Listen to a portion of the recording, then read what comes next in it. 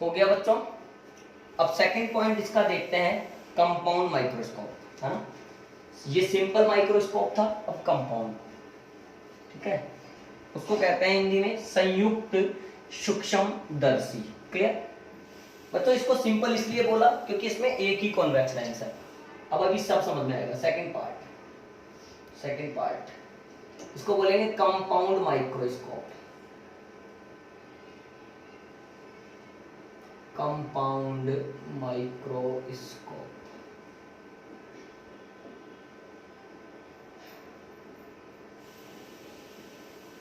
संयुक्त सूक्ष्मदर्शी, ठीक है बच्चों। कंपाउंड माइक्रोस्कोप जो है वो भी एक ऑप्टिकल इंस्ट्रूमेंट होता है जिसकी हेल्प से हम किसी छोटे ऑब्जेक्ट को मैग्नीफाइड करके देख सकते हैं। क्लियर है। अच्छा सर, सिंपल माइक्रोस्कोप और कंपाउंड माइक्रोस्कोप में बेसिक जो फर्क होता है वो क्या होता है? सिंपल माइक्रोस्कोप में केवल एक ही कॉन्वेक्स लेंस होता है, जबकि कंपाउंड माइक्रोस्कोप जो है उसमें दो लेंस होते हैं, दोनों ही कॉन्वेक्स नेचर के होते हैं। अब और क्या कहानी है वो मैं आपको समझाऊंगा। देखना मेरी बात समझना, इसकी जो स्ट्रक्चर है, जो कंस्ट्रक्शन है वो किस तरह का होता है बच्चों। एक सिलेंड्रिकल ट्यूब होती है और उसके दो एंड जो होते हैं, उन दोनों एंड पर यहां पर दो लेंस कसे हुए रहते हैं या दो लेंस फिट होते हैं। इनमें से एक लेंस की फोकल लेंथ कम होती है, एक लेंस की फोकल लेंथ ज्यादा होती है। बात समझना। तो जिस, देखो पर्टिकुलर कंपाउंड माइक्रोस्कोप की बात कर रहा हूं, जिस लेंस की फोकल लेंथ कम होती है that lens is known as objective lens, और जिस लेंस की फोकल लेंथ और अपर्चर ज्यादा होता है वो कहलाता है आई लेंस या आई पीस। क्लियर। अब होता क्या है पूरी कहानी मैं बताता हूं। सबसे पहले हम कोशिश करेंगे हमारी आंख से ही वो ऑब्जेक्ट दिख जाए, तो मैं वही करने वाला हूं। मैग्नीफाइंग पावर मुझे निकालनी है, तो पहले मैंने आंख से देखने की कोशिश करी, least distance of clear vision पर रख करके, समझना, ठीक है। ये पी क्यू ऑब्जेक्ट, माना कि इसने यहां पर एंगल सबटेंड कर दिया अल्फा, यहां से मुझे tan अल्फा भी पता चल गया, कितना आ रहा है पी क्यू अपॉन डी आ रहा है, जो कि मुझे कम भी आएगा। इतना समझ में आ गई बात। तुमने कहा ये तो ठीक है मास्टर, लेकिन अब जो है हमें ऑब्जेक्ट को देखना है with the help of compound microscope, समझना। तो मैंने क्या कहा, इसमें दो लेंस होते हैं, एक कम फोकल लेंथ का होता है तो मैंने ये छोटा बना लिया, एक ज्यादा फोकल लेंथ का होता है तो मैंने एक बड़ा बना दिया। मान लीजिए इस पीक्यू ऑब्जेक्ट को, इसको क्या कहेंगे बच्चों, ऑब्जेक्टिव लेंस। इसको कौन सा लेंस कहेंगे, ऑब्जेक्टिव लेंस। इसको कहेंगे आई लेंस, ठीक है। इसका जो ऑप्टिकल सेंटर है उसको ओ से डिनोट कर लिया, इसका जो ऑप्टिकल सेंटर है उसको ई से डिनोट कर लिया, ठीक है।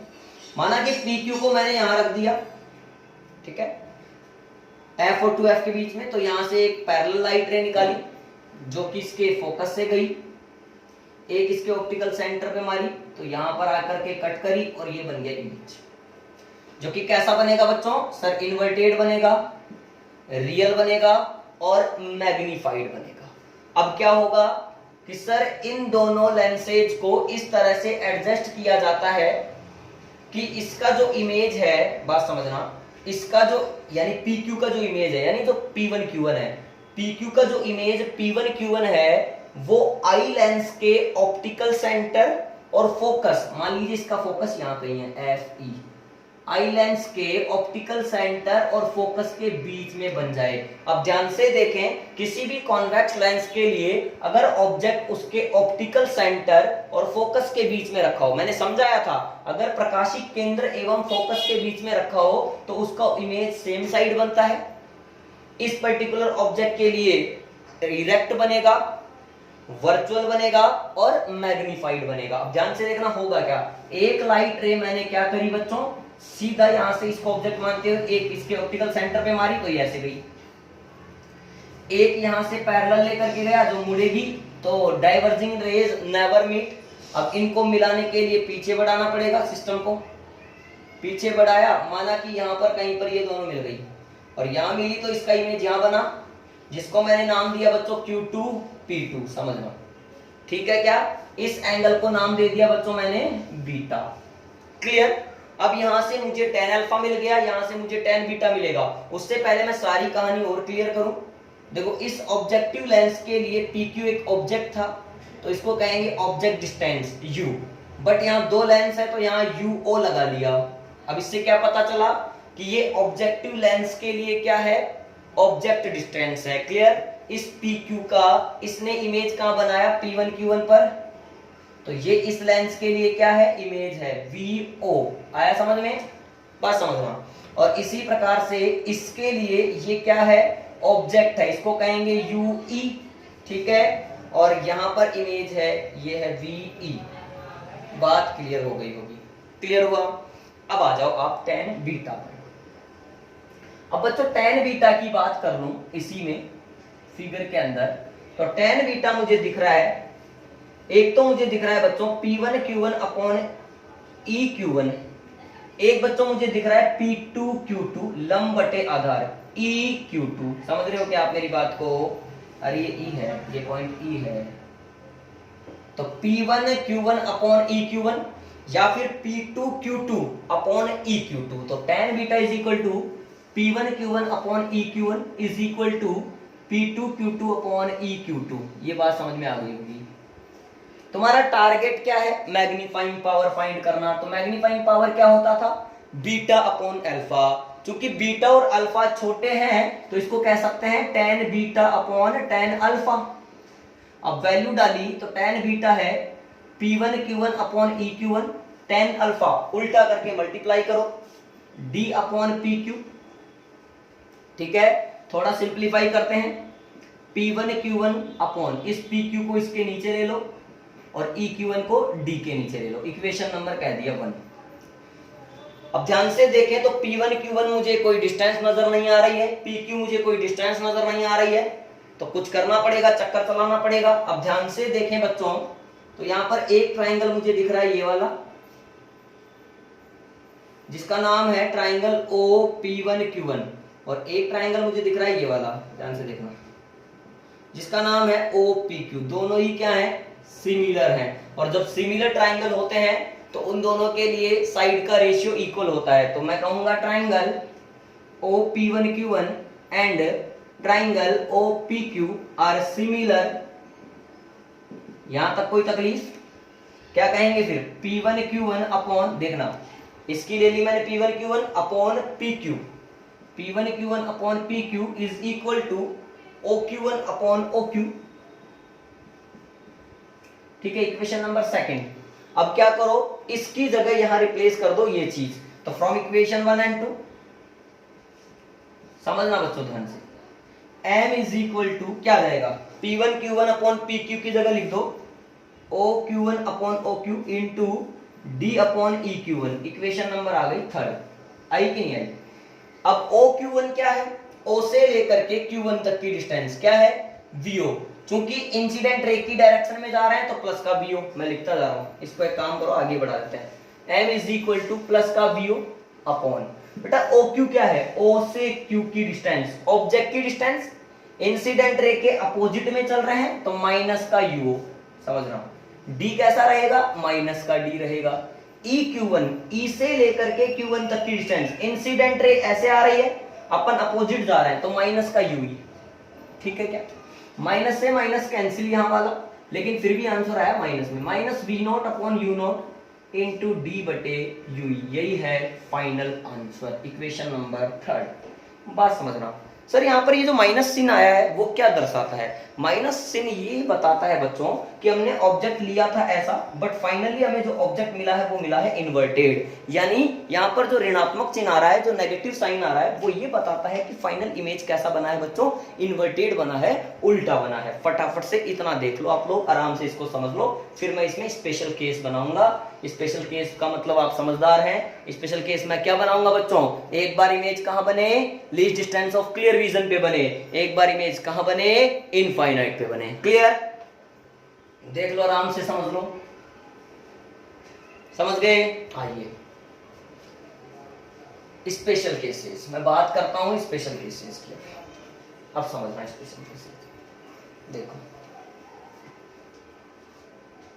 वही मैक्सिमम और मिनिमम टेंशन वाली कंडीशन, है ना। तो जो पहली लिख रहे हैं वो लीस्ट डिस्टेंस वाली लिख रहे हैं जो कि मैक्सिमम वाली है। तो if image is formed at least distance of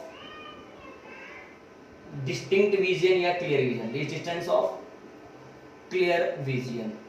okay, बात समझना, इमेज अगर कैपिटल डी पर बनेगा तो क्या कहने वाला हूं मैं, आप समझना, है ना।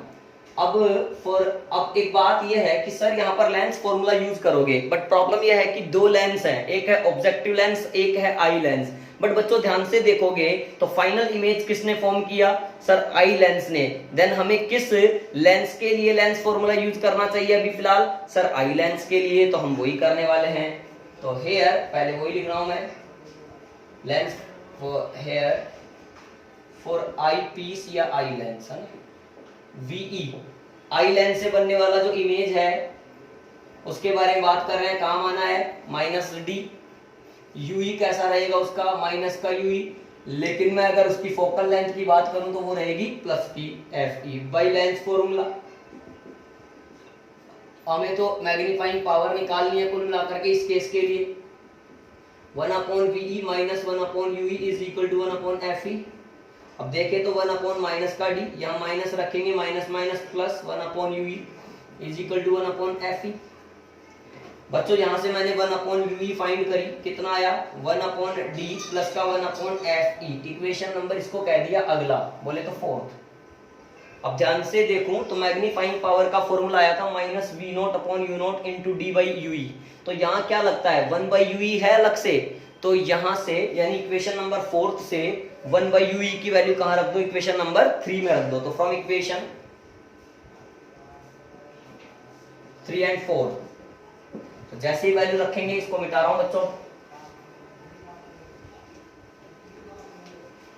अब आप देखना क्या आने वाला है आंसर, अभी पता चलेगा आपको।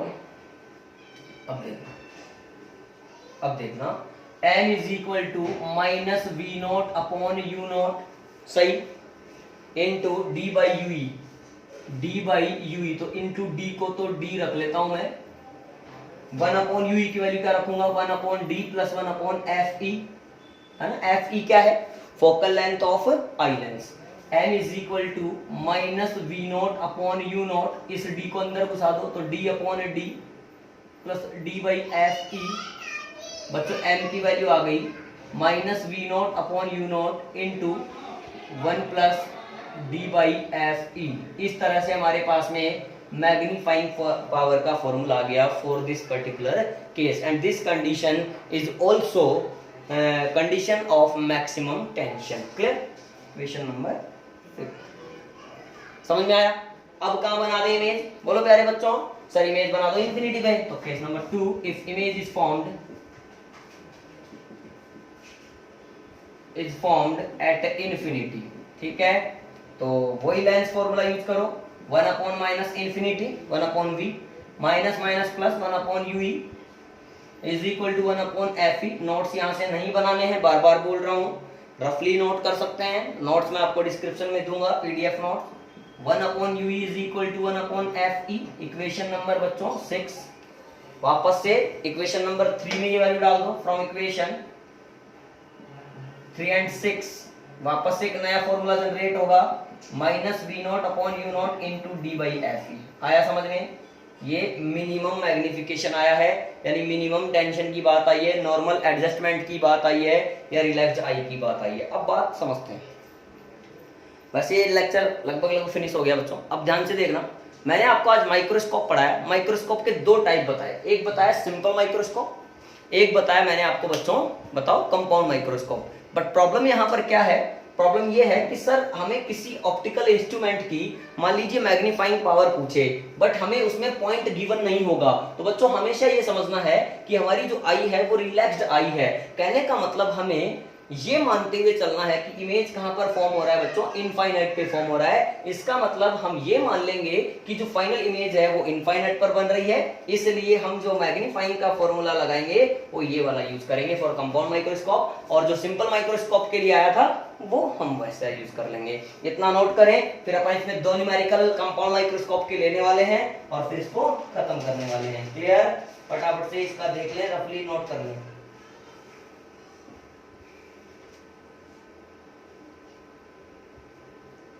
ठीक है, अब एक क्वेश्चन नोट करते हैं ये बच्चों, दो क्वेश्चन हम यहाँ पर नोट करेंगे।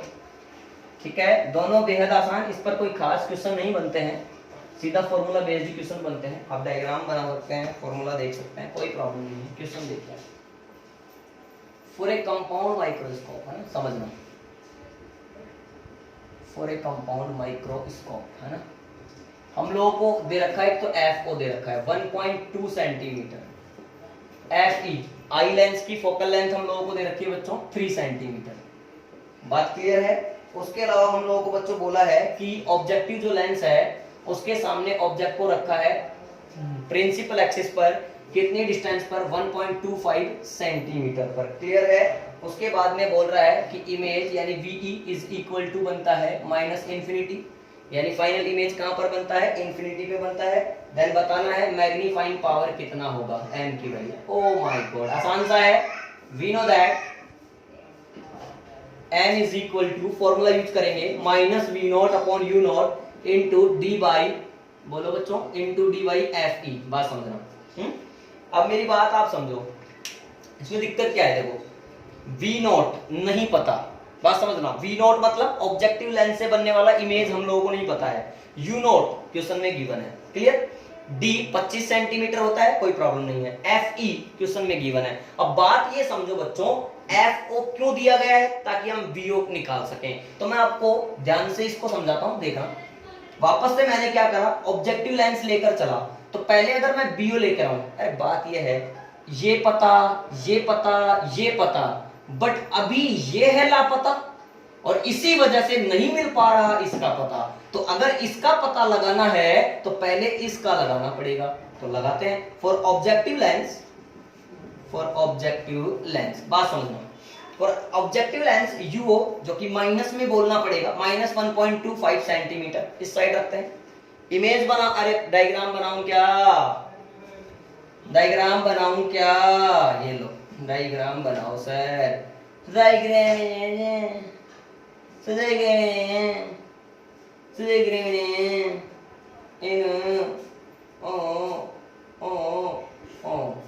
ओके, हक हक है, हक हक है, हो हो हो हो हो हो हो हो, ला ला ला ला, ओके, ये मान लीजिए इनफिनिटी, हके हके हके हके हके हके, ये क्यों सब हके।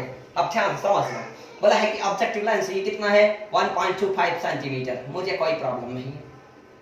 मुझे बच्चों ये व्यू जो है ना, ये नहीं पता, बस समझो, ये तो है व्यू, ये क्या है, U O, sorry U E, ये क्या है, यू ई, है ना। अब मुझे जो है वीओ नहीं पता है, तो वीओ लेकर के आना है, बात समझ रहा मेरी। लेकिन ये दे रखा है अनंत ही, कोई प्रॉब्लम नहीं है, फाइनल इमेज यहाँ बन रही है, ठीक है, एफ ई और एफ हम लोगों को दे रखा है। तो बच्चों मेरी बात समझना, फॉर ऑब्जेक्टिव लेंस पहले हम लोग वीओ लेकर के आएंगे। अब देखो 1/VO minus 1/UO is equal to 1/FO।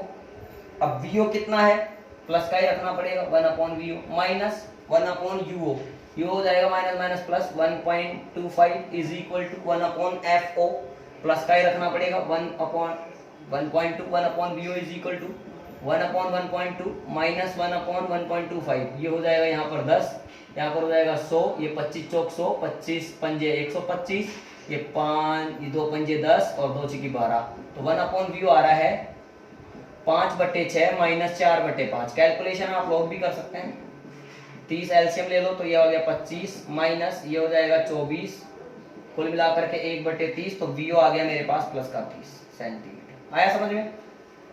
अब VO मेरे पास प्लस का 30 सेंटीमीटर आ गया, तो हेंस फ्रॉम इक्वेशन 1 क्या करना होगा, मैग्नीफाइंग पावर निकालनी होगी, तो मोड ले ले, mode of m is equal to v not upon you not into D by f E.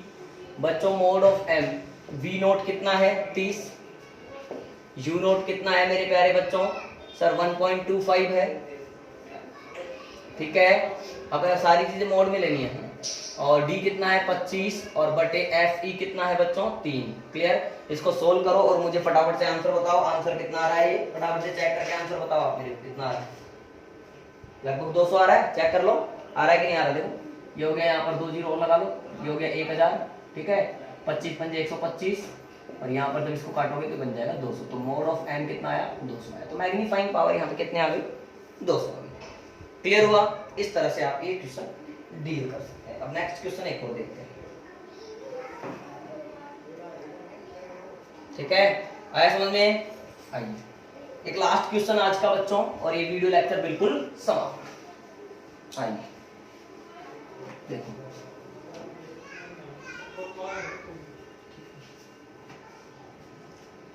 Question है for a compound microscope, for a compound microscope focal length of objective lens 2 cm, focal length of eye lens 6.25 cm। Clear? एक और चीज दी है हम लोगों को, length of compound microscope, length of CM, compound of microscope, sorry length of compound microscope कितना दी है 15 cm। ठीक है? तो पूछा है कि ऑब्जेक्टिव लेंस से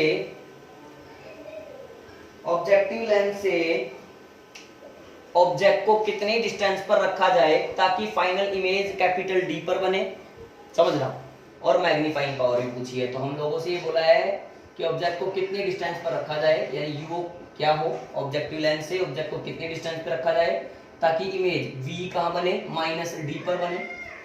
और इसके अलावा हमसे m बराबर ये भी पूछा गया है। क्लियर है? आ जाइए बात समझो।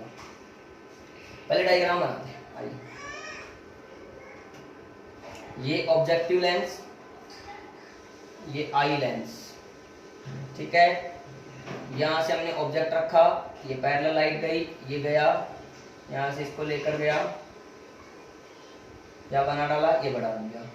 एक ऐसे, फिर एक ऐसे डाल करके ऐसे लेकर के चले जाओ और एक पीछे की तरफ यहाँ कहीं मिला दो लाइट, यहाँ पे बढ़ी। ठीक है? ये हो गया आपका Q2 P2, ये हो गया आपका Q1 P1। डायग्राम आपको क्लियर है बच्चों? ये हो गया आपका PQ। अब समझना, U हमसे पूछा गया है, यही होता है U, बात समझना, ये होता है U जो हमसे पूछा गया है। क्लियर?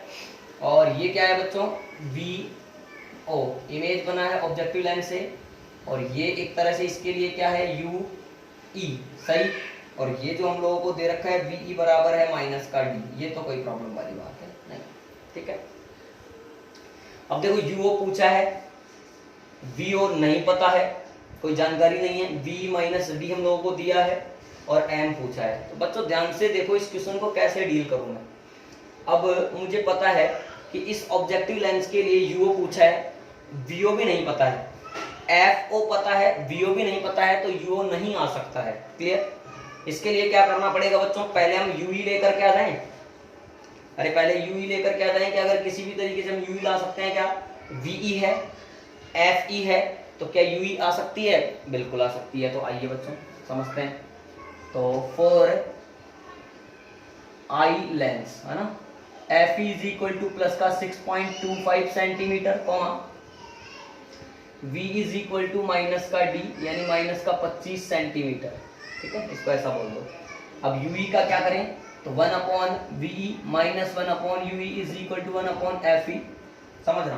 तो यहाँ पर अगर ये फॉर्मूला आप लोग यूज करने वाले हैं तो आपको क्या मिलेगा बच्चों यहाँ से, तो देखो 1/VE कितना हो जाएगा, माइनस का 25 माइनस प्लस 1/UE = 1/6.25। तो 1/UE कितना आएगा, 1/6.25 माइनस प्लस 1/25।